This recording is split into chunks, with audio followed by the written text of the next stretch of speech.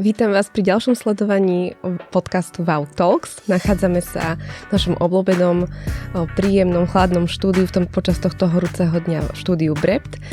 A našou dnešnou hostkou je Danka Miňová. Danka, vitaj. Ďakujem pekne, ahoj. Som veľmi rada, že si prijala pozvanie do nášho Wow Talks. Ďakujem veľmi pekne za oslovenie. My vo Wow veríme, že kariéra ženy sa nevyvíja úplne náhodou. Že má na to veľký vplyv rozhodnutia, ktoré počas života vlastne spravíme, takisto ako reagujeme na zmeny, ktoré nám život prináša. A je to často aj o odvahe robiť vlastne rozhodnutia, niekedy aj veľké zmeny. Danka, ty si dlhé roky pohybovala sa vo vrcholovom HR, taktiež si bola pri rôznych transformačných projektov, si expertka na zmeny, na change management, takže zmena pre teba asi nie je nič nové. Dokonca pri opisovaní zmien na mňa pôsobíš vždy tak veľmi pokojne a ako keby to ani nebolo nič, čoho by sme sa mali báť. Počas svojho života, keď som sa pripravovala na tento podcast, vlastne som si takisto prešla tvoj taký kariérny profil, si takisto prešla rôznymi fázami. Keby si to vedela popísať možno do nejakých 3-4 kapitol, aby si sa nám aj predstavila našim poslucháčkam, prosila by som ťa o také zhrnutie a popísanie nich. Ďakujem veľmi pekne, ak by som mala svoju kariéru alebo ten môj profesný život a ten rast, lebo stále mám pocit, že aj keď teda už som dostatočne zrelá, nepoviem stará, stále rastiem a stále mám chuť teda na sebe pracovať a učiť sa. Možno tie 3 také kľúčové etapy, to bolo možno prvá etapa taká, že pred HR, keď som po skončení vysokej školy učila na vysokej škole. A to obdobie získania toho titulu PhD a pôsobenia medzi mladými ľuďmi mi dalo veľmi, veľmi veľa. Lebo už tam som začínala možno práve tú svoju periodickú činnosť ako keby vykonávať iným spôsobom, viac takým inovatívnym, že už tam boli náznaky tej zmeny, ktorá ma by the way možno aj od mala alebo od puberty ako keby, že stretávala a nerobila mi nejaké také veľké komplikácie alebo niečo také, že tomu sa ja budem vyhýbať a nebudem mať rada ako keby vystúpenie zo svojej komfortnej zóny. Tých 5 rokov pôsobenia na akademickej pôde ma naučilo to, čo ja aj teraz užitkovávam, a to je to, že neustály rast, neustály rozvoj a práca na sebe, proste štúdie, výskumy, kvalitatívno-kvantitatívne prístupy, ktoré aj teraz aplikujeme napríklad v Inštitúte zmeny alebo aj u klientov. Toto mi veľmi veľa dalo práve to obdobie a zároveň práca s takými mladými ľuďmi a navnímanie, nacítenie a načítanie toho, že ktorou cestou je fajn ísť pri nich, aby sme docielili ten cieľ, ktorý bol daný v tom výchovno-vzdelávacom procese na tých predmetoch alebo na tých seminároch, ale zároveň aby to bolo robené ináč a nie tak fádne a nie tak totálne formálne a tradičným spôsobom. Čiže asi to obdobie pred HR mi dalo toto. No potom prišla určite nie asi, to najdlhšie moje profesné obdobie ako HR. Najprv som začínala ako špecialista, veľmi rýchlo manažér a potom následne tá asi najdlhšia kariéra ako riaditeľa a člena nejakých predstavenstiev alebo výkonných manažmentov. A toto obdobie bolo spojené stále so zmenou alebo s nejakou inováciou alebo s nejakou transformáciou. Keď sa na to ja spätne pozriem, to obdobie HR od roku 2001, za každým to bolo niečo, že pracujeme na nejakom refreshi alebo na update toho tradičného personálneho, na nejaké postupné prinášanie prvkov HR, až to teda postupovalo do tých najväčších transformačných prostredí aj v regulovanom biznise, ako bolo zdravotníctvo, alebo potom následne aj tá energetika. Čiže toto je to najväčšie obdobie, ktoré ma veľmi kreovalo alebo veľmi veľa učilo ako líderku a možno budovalo práve ten vzťah k tomu change managementu. A potom to je obdobie, že ani nepoviem, že post-HR, ale takéto obdobie, kde práve ten change management zvíťazil, alebo je vo väčšej prevahe ako HR. Hej? Že predtým to bolo HR s change managementom a teraz je to zmena, sú to transformácie, ale nie už iba len o HR, čiže také preklopenie misky váh. Toto sú asi také 3 obdobia. Čo ťa možno najviac počas vlastne tej kariéry vnímala si, že ako žena, ktorá si prechádza tiež rôznymi fázami, že ťa to vlastne ovplyvňovalo, alebo čo bolo také najťažšie pre teba možno v tomto období? No keď si zoberiem to obdobie, keď si zoberieme to úplne to druhé obdobie v strede, tá agearistika. V tom prvom období ja som si dokázala nájsť to svoje miesto a asi v každom období ako keby, že uplatňovať tie moje talenty alebo silné stránky a že snažiť sa pracovať s tou druhou stranou mince, nepoviem slabé stránky, že rozvoj a proste to, v čom si človek neverí, hej, lebo sú stále veci, kde si, a môžem mať koľkokoľvek rokov, proste neverím, alebo sa podceňujem, alebo sú tam nejaké komplexy, alebo nejaká nedôvera, alebo pochybnosti, tak asi to je najlepšie slovo. A čo mňa veľmi pekne posúvalo, to bolo možno to, že som si nachádzala ten svoj priestor a ostávala sama sebou. Že keď sa spätne pozriem na to obdobie, keď mi po niekoľkých rokoch tí najväčší lídri, ktorí ma učili aj tomu change managementu a krízovému managementu a ktorí si ma vybrali do tých tímov executive boardov, dávali feedback, že ostala si ženou, ostala si sama sebou a ty si sa nebala prejaviť aj tú ženskú energiu a emóciu v tom veľmi tvrdom mužskom svete, ktorý bol zameraný na dáta, čísla, argumenty a nejaké business case. Ja som k tomu pridávala práve možno tú energiu, čo mi paradoxne potom, alebo vďaka Bohu pomáha aj pri tom change managemente, kde vyvažuješ tú stránku formálnu s tou neformálnou, kde vyvažuješ tú stránku procesnú, tú organizačnú práve s tým pridaním tej esencie a to je tá práca s ľuďmi a to je tá komunikácia, ktorá je veľmi dôležitá. Takže práve naopak, ak sa hovorí, že niekedy je to ťažšie pre tú ženu, tak bolo to pre tebou aj tou devízou vlastne priniesť tam ten ženský pohľad a takéto tú či komunikáciu, empatiu, možno tie stránky, ktoré sú u žien aj možno nejaké silnejšie.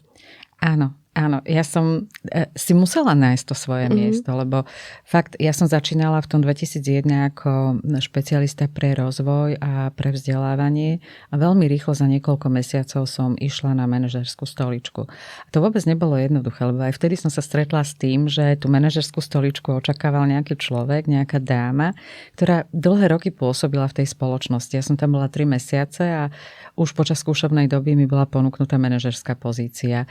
A teraz pracovať s tou emóciou, s tým odmietaním alebo s tým sklamaním toho človeka, ktorý tam robí dlhé roky, ktorý sa nádejal, že tú novo vytvorenú manažerskú pozíciu získa a zrazu je váš podriadený toho holuba, ktorý príde z akademickej obce tej ženy, ktorá ešte stále hľadá v sebe tú dôveru, hej, že fakt to dokážem a v novom prostredí, kde sa stretávaš s takým iným tlakom alebo protitlakom.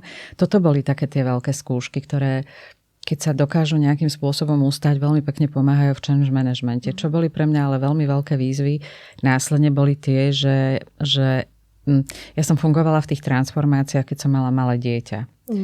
A to bolo veľa cestovania, to boli častokrát týždňovky, pretože tá prvá veľká transformácia v zdravotníctve, ona začínala tým, že my sme mali centrálu v Košiciach a to boli častokrát také, že 4 dní preč a moje dieťa bolo na základnej škole.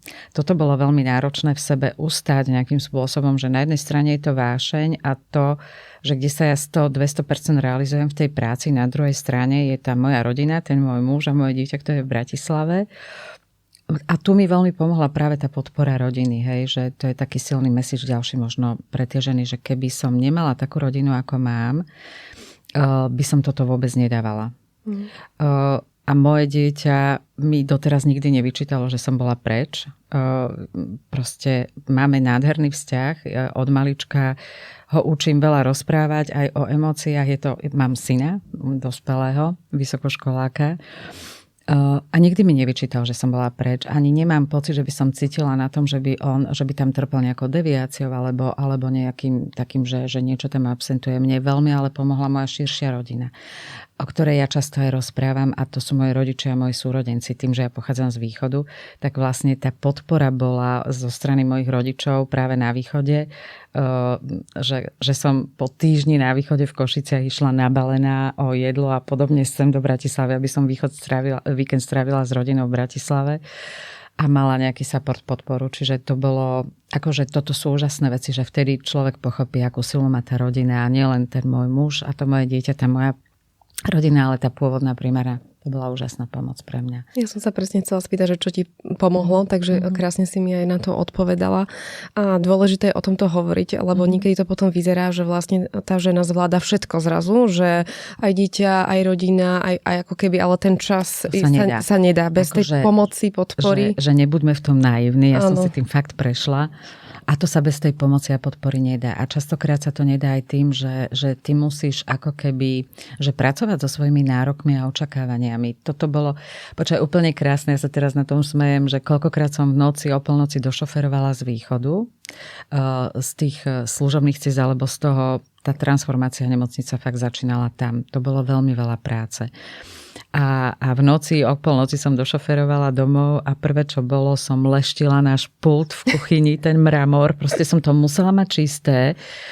Vtedy som si priznala, že hej, si monk svojím spôsobom, hej, že puntičkár, detailista na poriadok, že skoro každý víkend umývanie okien a potom zrazu ty že úplne prirodzene musíš zlaviť z tých svojich požiadaviek a očakávaní, že toto sa nedá, že ja ten víkend nebudem tráviť leštením, že realizáciou svojich monkovských schopností a ja som tu len ten víkend z mojho rodinového, potrebujem proste niekam s nimi ísť, niekde s nimi byť, učiť sa s tým mojim dieťaťom a zároveň si aj trošku oddychnúť. Hej, že to bolo obdobie, keď som ja bola ako keby, že na prvom mieste v tej realizácii práci, že keď som bola o tej rodine, tak ona že keď si preč od tej rodiny, tak vtedy ja som sa naučila, že oddelovať. Hej? Že teraz maximálne myslím na tú prácu a potom som sa učila sa sústrediť na tú rodinu. Hej? Čiže poľavovať zo svojich očakávaní alebo úplne takých tých požiadaviek aj sama na seba. Že u mňa to bolo niečo také, že wow, že ja som poľavila z toho, že ja nebudem ako prvé leštiť ten mramor na tom našom pulte. Symbolicky hovorím, ale asi chápeš, čo chcem tým povedať. Úplne rozumiem.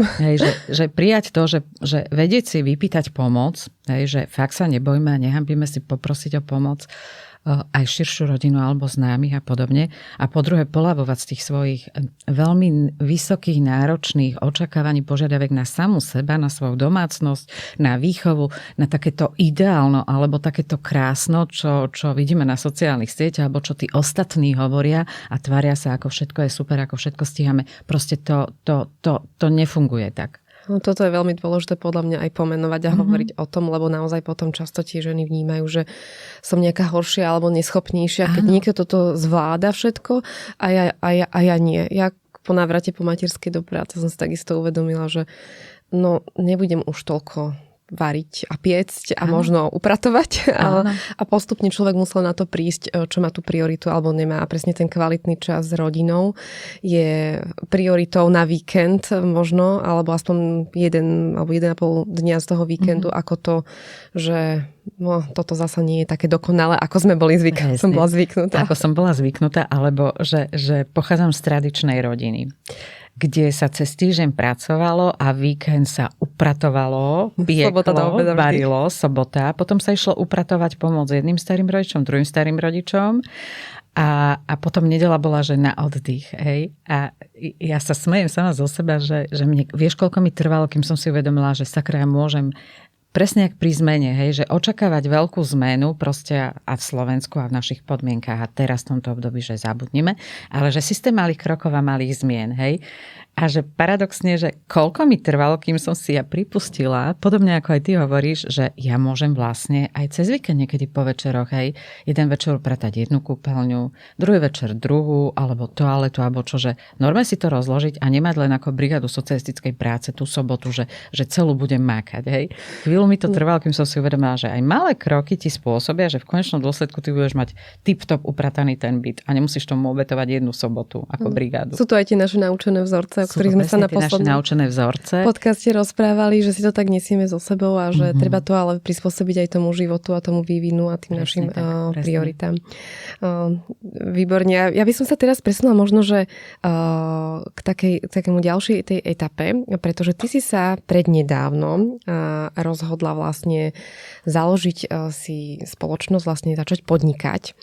Je to podľa mňa veľké rozhodnutie, keď si dlhé roky vlastne pôsobila vo veľkých firmách, korporátoch alebo tých aj štátnych podnikoch. Čo ťa k tomu viedlo? Alebo bol tam nejaký teda pádny dôvod na takéto rozhodnutie?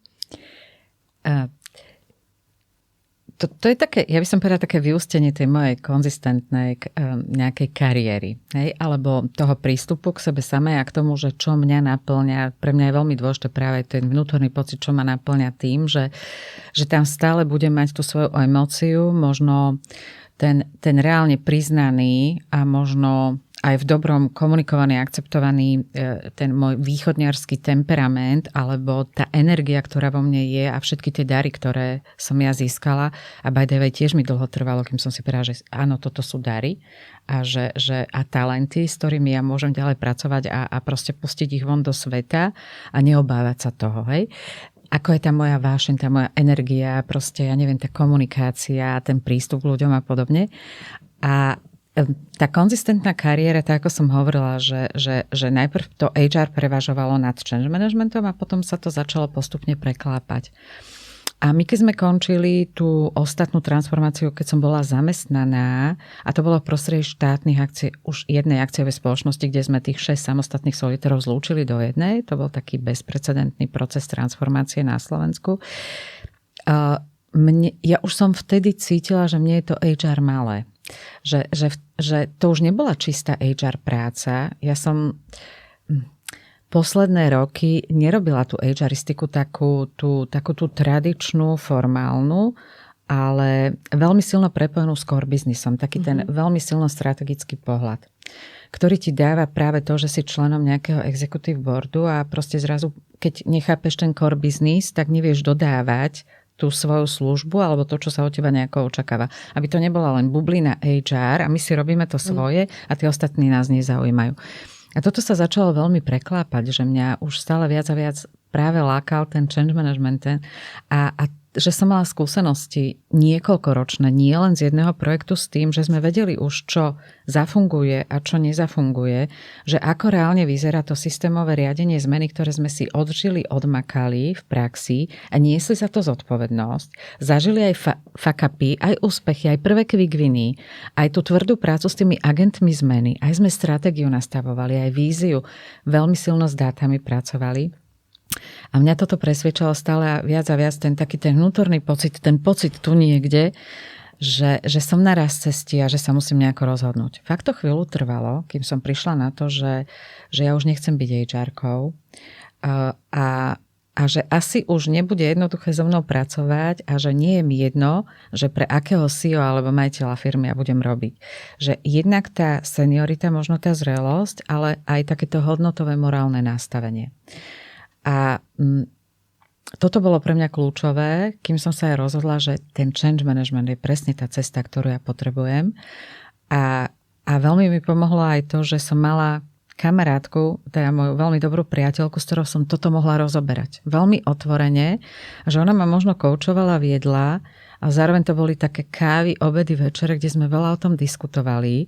A my sme na tomto 2 roky pracovali a kým ja som uverila a priznala si to, že sakra, na Slovensku sa tomu nikto systematicky nevenuje. Sú tu nejakí solitéri, ale že ja mám tú silu, odvahu a chuť osloviť tých najsilnejších ľudí na change management a vytvoriť nejakú komunitu. A na tomto sme 2 roky pracovali a keď som videla, že tí ľudia na to reflektujú a že uvedomili si rovnako to, čo my s tou Agistou, mojou kámoškou, že keď ich dáme dokopy, tak zakcelerujeme tú silu, že byť v tíme je viac ako keď len solitér školí alebo píše alebo prezentuje o transformácii a o zmene. A keď som zrazu videla, že oni reflektujú a že povedali, že wow, konečne niekto s tým prišiel, tak vtedy to opadlo a prišiel jeden moment, keď som povedala, že hej, už som rozhodnutá. A možno som odmietla nejaké ponuky, ktoré som dostala nielen na Slovensku, ale aj v Čechách. A povedala som, že idem do toho pola neoraného, do tej stratégie Blue Ocean a budeme možno prví, ktorí vytvoria nejakú komunitu ľudí, ktorí sú transformační, nie len teoretici, ale že to aj zažili, odmakali a niesli zodpovednosť. A to je tá naša pridaná hodnota. Toto to bolo, hej. HR mi bolo malé a už som sa chcela viac venovať tomu ešte náročnejšiemu a to je ten change management. Ako si to popísala, tak mne to znelo už ako minimálne 5 povolaní. Dávno nie HR. Akože človek tam je stále možno taký zaškatulkovaný, keď to tak nazvem, ale vlastne keď si popísala, čo všetko s tým bolo spojené, tak ono to už dávno bolo aj oveľa viac tým presahom do toho strategických plánovania biznisu, to venovanie sa vlastne tomu, tej zmene ako celku a nie len akože z pohľadu toho HR. To len ako ťa počúvam, tak vlastne vnímam, že tie naše rozhodnutia často nemusia nastať ani zo dňa na deň. Že je to taký prirodzený vývin a je skvelé mať aj niekoho, s kým si to vie človek prebrať, ktorý mu vie možno poskytnúť takú počúvať, podporiť, možno rozobrať a že nemusí byť na všetko vlastne sám. Toto mi veľmi pomáhalo, ale zároveň aj to množstvo rozhovorov, keď sme mali za tie 2 roky veľmi veľa interviews a rozhovorov a káv a obedov s množstvom ľudí. Nie len tých, ktorí sme si vytipovali, že by boli fajn, aby boli tí zakladajúci členovia toho Inštitútu zmeny, ktorý sme pred rokom založili a boli sme 14, ktorí sme založili a 4 ako keby takí tí zakladajúci sme momentálne 5 v správnej rade. A toto bolo dôležité, že pri tých rozhovoroch sme sa stretli nie s odmietnutím na začiatku. Toto bolo kľúčové, to ti dodáva tú silu, energiu a motiváciu, že wow, to fakt má zmysel, hej? Že prepájať, akcelerovať a vytvárať nejakú komunitu. Na druhej strane my sme k tomu, vieš čo pridali rozhovory s ďalšími lídrami, ktorí boli ochotní sa stretnúť a ktorých som poprosila, aby boli moji diabloví advokáti. Hej? Že dávaj mi otázky, že prečo by sme toto nemali urobiť na Slovensku práve teraz, v tomto období. A že keď sa ty otvoríš aj tým diablovým advokátom, ktorí ťa budú challengeovať a konegovať a že sama nad sebou uvažuj, že čo ti to prinesie, prečo to ideš robiť. Nie sama pre seba, ale že pre firmy, pre komunity, pre štát, že aby si zliezla z toho stromu, odpojila sa od nejakej naivity a idealistickej predstavy, že si ideš plniť svoje sny, ale čo to prinesie? Hej? Toto bolo pre mňa dôležité, nejaká tá pridaná hodnota, ten vyšší zmysel. A že otvor sa aj fakt tým diablovým advokátom. Nie len tým, ktorí ti budú prikyvať, že to je super nápad, chod do toho odvážne, že možno je to úvaha mňa, ako keby tej zrelej ženy, ktorá po 50-ke sa rozhodla urobiť takýto razantný krok, ktorá bola celý život zamestnaná a strašne veľa ľudí bolo, ktoré ma odhováralo, že to fakt myslíš vážne. Ty na staré kolena proste ideš do neistoty. Rodičom som nedokázala ako keby dlho im trvalo, čo ty vlastne robíš? Hej? Že môj už teda nebohý otec, ktorý nedávno zomrel, bol stále taký hrdý. Jeho milovaná dcera je proste riaditeľka zdravotníctva, kade chodil, tade sa chválil. To je takéto typické, takéto hrdo na svoje deti, hej, také to tradičné. A zrazu bol zmetený, že čo ja vlastne robím. A teraz vysvetľuj susedom, dôchodcom mojich rodičov, že Danka, čo ty vlastne robíš? A teraz, že a polopate vysvetlí dieťaťu, čo ideš robiť, potom súrodencom, kamarátom a potom ešte aj tým úžasným ľuďom, ktorí si úžasne pomáhajú, ktorí ma naučili v našej rodine a v tom najbližšom okolí, v tom mestečku na východe, odkiaľ ja pochádzam, práve tej súdržnosti a toho, že keď sa prepájaš, spájaš, tak docieliš toho viacej. Hej? A túto silnú stránku aj seba, mojej výchovy alebo prístupu, ktorý som niekde videla ako dieťa, som preniesla do toho Inštitútu zmeny. Toto mi veľmi pomáhalo. Hej? Aj napriek tomu, že mnohí nechápali, čo robím, odhovorali ma od toho, a že sakra, ty už si mohla ísť na ďalšie vyššie pozície, ktoré si mala v ponukách a ty, akože to čo ideš robiť? Akože fakt, že ty sa nebojíš a do toho ideš, že veľmi veľa aj odhováraní tam bolo. Keď sa pozrieš na to spätne, tak vnímaš aj teda, že si niekedy zaváhala nad tým, že či to bol správny krok, alebo... Áno, určite jednoznačne. Že prichádzajú proste, je to prirodzené. Že to vôbec nie je taká vydláždená cesta, že jasné, že na začiatku to poteší, že keď sme končili v MHTH, pretože sme boli vymenení politickými nominantmi, čo sme vedeli, že ideme na projekt, lebo to bola štátna inštitúcia. A že po ukončení, proste keď sme dali info, že sme skončili, tak ja som do hodiny dostala nádherné 2 ponuky. A zrazu ťa to tak posilní, že a toto bude asi každý deň, hej? No ale každý deň nie je hojno. Proste ja som si musela zvyknúť na to, že to nie je, že si zamestnaná a teraz, že ty máš ciele, ty máš stratégiu a ty máš svoj tím a tebe ľudia proste reportujú a ty motivuješ a tí ľudia pri tebe rastú a zrazu ty si musíš sama zabezpečiť auto, ty si musíš sama robiť faktúry, ty si musíš s účtovníkom sama komunikovať, hľadať tie bločky.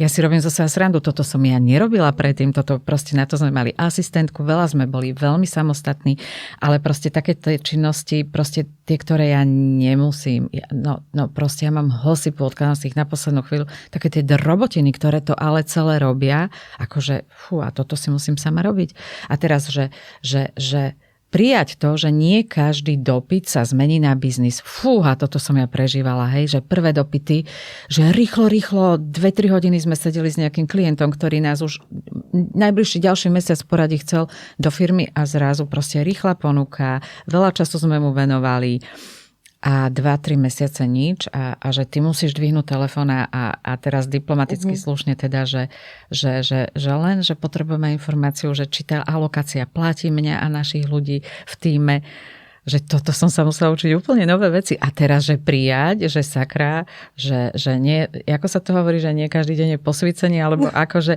že ty nezažiješ každý deň úspech a že nie každé oslovenie sa zmení na biznis. A že teraz, a ako budeš motivovať ten tým v tej komunite, aby stále ostali motivovaní, keď ešte stále nie všetkých dokážeš motivovať tým zadelením alebo tým, že budú uplatnení u klienta na nejakých biznisoch. Akože to je taká škola života. Ale ďakujem za ňu. Jasné, že som pochybovala veľakrát, že do čoho si sa to nadala. Akože. Toto určite zažíva veľa žien, ale teda aj mužov, ktorí sa rozhodnú a sú na tej ceste podnikania. My sme tu už mali aj viaceré freelancerky vlastne z našej komunity a naozaj potvrdili taktiež, že je to zmena a musí sa človek ako keby prijať a naučiť vlastne fungovať v tom novom možno režime. Ak teda predtým boli zamestnané, alebo aj keď možno nebolo to vo vrcholovom manažmente, ale je to proste zmena, ktorou si človek musí prejsť a je to prirodzené. Či už o tom chvíľu niekedy aj zapochybovať, ale dôležité je zotrvať a nájsť tie správne cesty z tých pochybností. Ďakujem ti veľmi pekne za zdieľanie. Je to naozaj skvelé počuť a takto a naozaj si vážime, že zazdieľaš aj tieto veci, lebo je dôležité o tom hovoriť podľa mňa naozaj ako nie len teda to krásno, čo človek si často prečíta, ale vedieť, že sme ľudia, ktorí majú svoje niekedy limity alebo pochybnosti a nie vždy to ide len teda tou ľahkou cestou smerom nahor.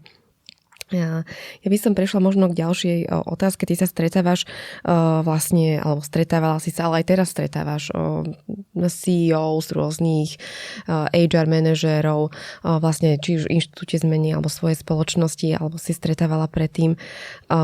My vo VAU riešime často aj otázku, alebo teraz sa zameriavame na otázku flexibility. Z tvojho pohľadu, ako to je vnímané vo firmách? Že je to stále taká individuálna požiadavka zamestnanca, ktorej sa benefit, ktorý ideme ako firma poskytnúť, alebo je to naozaj a malo by byť súčasťou nejakej stratégie, ako pracovať so skúsenými ľuďmi, s talentom, ktorý vo firme mám, ako si ho udržať možno, lebo prechádzame rôznymi životnými etapami, kde sa vlastne aj tie naše životné situácie má vplyv na to, ako pracujeme, teda koľko pracujeme, odkiaľ pracujeme, či je to niečo, čo firmy zaujíma, riešia, alebo to berú skôr ako nejakú požiadavku zamestnanca.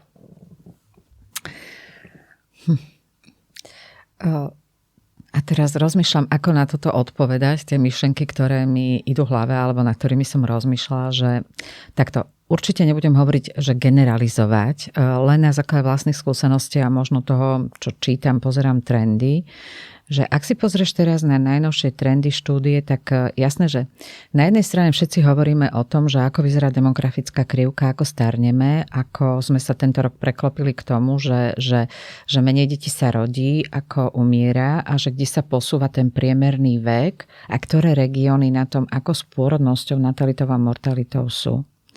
Na druhej strane ja stále mám pocit, že ešte všetkým to vo firmách ako keby nedochádza, alebo že mnohé firmy toto ešte nereflektujú, alebo nedokážu dostať, alebo updatenúť, refreshnúť svoje stratégie alebo vízie. To, že my starneme, že sa tu menej detí rodí, tak Bohu vďaka za to, kde sa rodí a že tu máme nejaké ženy, ktoré sú na materskej rodičovskej dovolenke.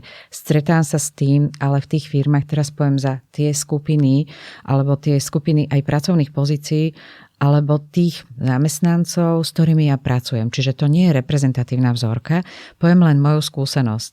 Tá moja skúsenosť hovorí o tom, že pomerne veľmi pomaly a veľmi opatrne sa to dostáva do vízie a do stratégií. Nehovorím teraz o tých firmách, že dajme nabok tie firmy, aj s tým mám skúsenosť, ktoré sú súčasťou nejakých medzinárodných spoločností, ktoré majú matku v Amerike alebo kdekoľvek inde v západnej Európe, ktoré sú kvotované na burze a ktoré sú časťou svojej vízie stratégie, majú veľmi silno day a proste práve vlastne také ten individuálny prístup diferencovaný a tie rôzne cieľové skupiny, ako pristupovať k tomu. Je iná vec, keď to ty máš, ako keby dostaneš to od matky zo zahraničia alebo sama to definuješ, pretože sa to od teba očakáva, pretože to potrebuješ mať nastavené, ale je úplne iná vec a častokrát odlišná, ako to ty implementuješ a dostávaš do firmy. Pomerne často som sa stretla s takými rozdielmi toho, že máme niečo na plagátoch, letákoch a ako to v realite vyzerá. Všetko sa v konečnom dôsledku v tej firme rieši na základe veľmi individuálneho a diferencovaného prístupu. Pokiaľ nemáš niekde zavedené, a priznám sa, nestretla som sa s tým, ale nepoznám všetky firmy, negeneralizujem, že mám presne vytipované pozície, kde mám zdieľané úväzky, aby sa mamičky po materskej alebo rodičovskej mohli vrátiť a jedno celé FTIčko si rozdeliť. O tomto sme roky dozadu hovorili, ale možno nepoznám firmu, ktorá by to mala, takže presne tieto pozície máme určite také sú, ale ja som sa s tým osobne veľmi nestretla. Rieši sa to individuálne a rieši sa to na základe možnosti tej firmy a možno aj toho segmentu a typu tej pozície, ktorú ty si vykonávala alebo vykonávaš po návrate z rodičovskej materskej. To je jedna skupina tých pracovných pozícií. Lenže potom máš ľudí, napríklad 50+, tú sendvičovú generáciu, kde na jednej strane sa ešte staráš o deti, ktoré študujú alebo potrebujú tvoju pomoc a na druhej strane tu máš rodičov, ktorí už potrebujú tvoju pomoc.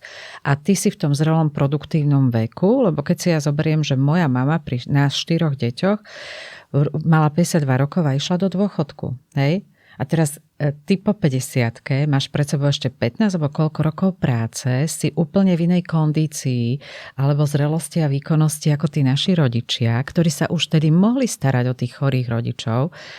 A my sa musíme sa starať aj o tých chorých rodičov alebo tých, ktorí už potrebujú našu pomoc. Máme deti, lenže aj od nás sa očakáva ten výkon.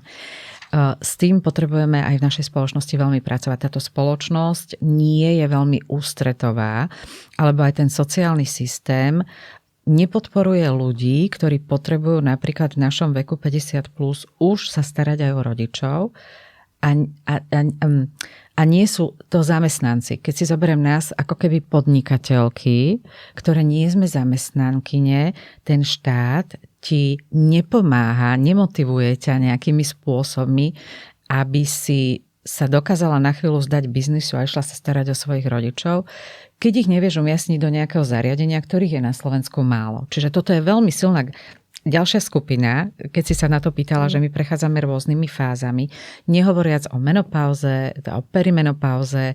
Ja som veľmi rada, že sa to začína popularizovať a že sa začínajú tieto určité skupiny nie len žien, ale počas toho životného cyklu, aj toho profesného, ale aj životného, tie kľúčové milníky, kde sa niečo deje a že potrebujeme sa nad tým zamyslieť, ako k tomu pristúpať ako spoločnosť, že vôbec sa o tom začína veľmi otvorene rozprávať a že určite sú prvé lastovičky firmy, ktoré toto začínajú nejako reflektovať. Keď si zoberieš, že ono toto ti otvára úvahy aj vo firmách, že ako sa pozrieť vôbec na bonusový systém v tých firmách, hej? Že akým spôsobom ja cez nejaké bonusy, ktoré ak ešte sú, keď to ten konsolidačný balíček celé nezobral, hej, ako ja pomôžem tej žene mojej na rodičovskej materskej dovolenke. O tom sme mali veľké debaty s mladými lekárkami, hej, v rámci nejakých skupín, ktoré ja školím, alebo s nimi pracujem, hej, že ako podporíš tie lekárky po rodičovskej materskej, ktoré sa vracajú do práce a ktoré tak ako aj ostatní, aj oni, nie len oni, ale oni to nádherne ozvučili otvorene. A čo keď ja si neverím, že to budem vedieť vykonávať tak, ako som to robila pred rodičovskou materskou, hej? Že to je wow, že títo mladí ľudia toto vedia ozvučiť, hej? A potom, že ako mne tá firma môže pomôcť cez nejaké benefity alebo bonusy, keď ja sa potrebujem nielen sick days pre seba, ale že ja potrebujem nejaké dni na to, aby som išla prestriať súrodencov, ktorí sa starajú, kde sa striedame o rodičov, kým ich niekde umiestním, alebo musia byť doma. Chápeš asi, čo chcem povedať? Že toto sú tie stratégie a vízie, kde keď si my toto povieme, že my tu máme nejaké skupiny zamestnancov, nielen žien, ktorí riešia nielen svoje potreby, ale potrebujú sa buď o dieťa postarať, alebo sami o seba v tej menopauze, alebo už potom o rodičov. Ako toto zreflektujem pri tak náročnej dobe, ktorú žijeme, pri množstve zmien, pri AI-ku, že a dať to do nejakého, aspoň nad tým začať rozmýšľať. Ja nie som idealista, naivná, že budem riešiť len toto. To sa nedá, pretože to množstvo zmien teraz, ktorými my prechádzame, tu neriešiš jednu zmenu, tu sa na teba valí množstvo, viacero zmien paralelne. A ustať toto a pracovať so zamestnancami a nedávať im to len príkazmi, ktorí riešia, že moje dieťa je choré a teraz či môžem ísť domov na penku, alebo robiť z domu, alebo nerobiť z domu a zasa ideš z domu robiť alebo riešia tých starých rodičov, alebo sami seba, alebo sa necítia dobre a vôbec nežijeme dobrú zmenu. Že tá doba je veľmi zaujímavá, hovoríme často až o prehnanej saturácii zmenami alebo o čenčvetých, o únave zo zmien. A informácií. Počúvaj množstvo informácie, ale že zmeny nielen v práci, ale sami v sebe, v svojom súkromí. Že preto si myslím, že tu je ten veľký priestor aj pre Inštitút zmenu a každého, kto je tomu veľmi otvorený. A otvorený a postupne nie hura systémom toto prenáša do toho konceptu a do tej práce a starostlivosti o ľudí. Akokoľvek tu bude AI-ka, akékoľvek prístupy túly budeme implementovať, fakt, to v konečnom dôsledku sa odzrkadlí na zmene toho prevádzkového modelu fungovania firiem. A súčasťou toho je možno práve pohľad na tie rôzne cieľové skupiny v intenciách, demografii a všetkých tých trendov, ktoré sú tu. A sú tu aj iné trendy, nie len AI. Tých množstvo tých trendov a tá doba je taká rýchla, že proste človek sa to naozaj valí, ako si povedal, na každého z nás. My sa vo VAU preto snažíme taktiež prinášať tieto témy, teda z pohľadu ženy, že prechádzame rôznymi fázami a nie je to o úľave, že chcem pracovať menej, ale chcem pracovať vlastne inak a potrebujem na to tú možno podporu alebo ten priestor, ktorý môže byť len nejaký dočasný, napríklad v nejakej fáze svojho života, kde tá podpora je dôležitá a nebrať a necítiť sa za to vinná. Ja toto ako vnímam najhoršie, že si sa človek musí stále tak veľmi obhajovať možno, alebo sa ešte cíti za to nejako zle a že je to stále ten model často rigidný, že sa to meria tou vizibilitou na tom pracovisku a odpracovanými hodinami a nie tým konečným výkonom, ktorý podá ten človek. A to zase len doplním. Zase sme v tom tradičnom, že akokoľvek, že aj v mnohých firmách, aj keď hovoríme, že sme akí zamestnávateľi, ako sme otvorení, že pomerne často tam vidíš to sklzávanie k tomu tradičnému. Presne to, čo teraz ty popisuješ. Ale na druhej strane je to častokrát o nás a o našom vlastnom mindsete a nastavení. Presne to, čo hovoríš, som zažila, keď som končila v tej sieti nemocníc. A to bolo obdobie, keď som normálne pochybovala o sebe. Hej? Že ty si skončila ako členka vedenia, ty už nie si na tej stoličke riaditeľa, teraz kto vlastne si? A ja som tam ako keby, že istý moment bol, že som prestala veriť sama sebe a pochybovala sama o sebe. Hej? A teraz už keď sme končili v tom druhom veľkom transformačnom projekte v energetike, to obdobie už bolo úplne iné. Že ja som si musela prejsť tým vlastným rozvojom, tou prácou sama so sebou, že to keď niekde skončíš a ideš zo stoličky riaditeľky dolu a znova ideš na nejakú stoličku a zase ideš dolu, že prísť na to, že Dana Miňová nie je o stoličke riaditeľky a nespochybňovať sa, to je taká tvrdá práca samej na sebe. A to chcem povedať, že ono častokrát to nie je, že ty musíš mať vizibilitu vo firme, ale to je taký vnútorný tvoj pocit alebo tvoje nastavenie a plus ten najbližší nadriadený, že ako toto akceptuje, rešpektuje, lebo Ja som prijímala pomerne veľa dievčat alebo mojich kolegyň, ktoré boli následne, sú riaditeľky HR v iných spoločnostiach a ktoré boli po rodičovskej a mali malé deti. A pomerne často sa stávalo telefón ráno a už som vedela, že Dani, prepáč, mali ma teplotu alebo mala, musím ostať doma. Ale tie baby si urobili svoj výkon úplne excelentne. Úplne excelentne, že mne v konečnom dôsledku bolo jedno, odkiaľ to robia, keď boli dobre cieľovo nastavené. Ja som videla, že ona to dokáže urobiť. Aj popri tom chorom synovi, alebo chorej dcére, alebo že potrebovala byť doma, alebo dieťa malo horúčky, hnačky a podobne. Ale ona si dokázala sklbiť, že nie vtedy, keď potrebovala starostlivosť o dieťa, ale ona ten cieľ, tak ako sme sa dohodli, proste dodala. A mne to bolo jedno, odkiaľ a kedy a ako. A často nezabúdajú na ten ľudský prístup, že aj si myslím, že keby to bolo o pol dňa neskôr, tak to všetci, aj tá firma prežije, aj každý. Áno, a to sa dá dohodnúť. Hej, tu nehovoríme o tom, že vieš, ale dneska musíš dodať cieľ. OK, ako ho potrebuješ posunúť, čo preto potrebuje, ale bol stále dodaný. Hej, že ako keby, že práve to, že máš mladé baby po rodičovskej materskej, a niečo sa udeje a ona musí ostať doma, to neznamená, že ja svojimi neskorými termínmi so svojím tímom ovplyvním prácu ďalších tímov. To som tým chcela povedať, hej? Ďakujem ti veľmi pekne. Náš podcast sa blíži ku koncu. Bol to naozaj veľmi inšpiratívny, krásny rozhovor. Ďakujem ti veľmi pekne za zdieľanie svojich skúseností a pohľadov. Ešte možno taká otázka na záver. Keď si spätne pozrieš teda na tú svoju kariéru a mnohé ženy prechádzame teda rôznymi tými vývojovými etapami, stojíme pred veľkými rozhodnutiami. Je niečo, čo by si taký odkázala teda ženám, že pri týchto rozhodnutiach a pri týchto zmenách, ako že na čo nezabudnúť, na čo sa možno zamerať? Veľa sa rozprávaj s inými ľuďmi. Nechaj sa aj vychallengeovať, nielen s tými, ktorí ti prikyvujú, ale v konečnom dôsledku sa rozhodnúť musíš ty sama. Že zváž za a proti a častokrát počúvaj to svoje niečo niekde. Ja to ukazujem, že niekde proste to cítiš a nerob to.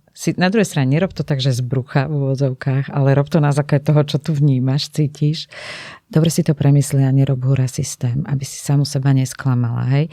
A potom sa dívaj nielen na to, že čo ja potrebujem, ale už keď ideš do toho svojho produktu, služby alebo toho, čo chceš robiť, že čo to prinesie pre toho tvojho klienta, pre komunitu alebo pre spoločnosť. A toto mne veľmi pomáhalo. Mne veľmi pomáhalo to, keď som vo svojej práci videla, a to je kdekoľvek som sedela, na ktorejkoľvek stoličke, či ako zamestnanec, alebo ako ten, kto podniká, vyšší zmysel a pridaná hodnota. Toto ja som napríklad k svojej práci potrebovala a toto ma pritiahlo tam, kde som teraz. Ďakujem ti veľmi pekne. Ja veľmi ďakujem, bolo mi cťou. Dnešnou hostkou bola Danka Miňová. Ďakujem jej veľmi pekne, že prijala pozvanie do nášho štúdia. Danka je expertka na change management, líderka systémových zmien a taktiež mama, ktorá si prešla úspešnou kariérou a som veľmi vďačná, že ju pozdieľala aj s nami. Veríme, že ste sa nechali inšpirovať a ak sa vám dnešný podcast páčil, nech sa páči, zazdieľajte ho so svojimi priateľmi alebo kolegami a pre viac podcastov sledujte Wow Talks. Ďakujeme.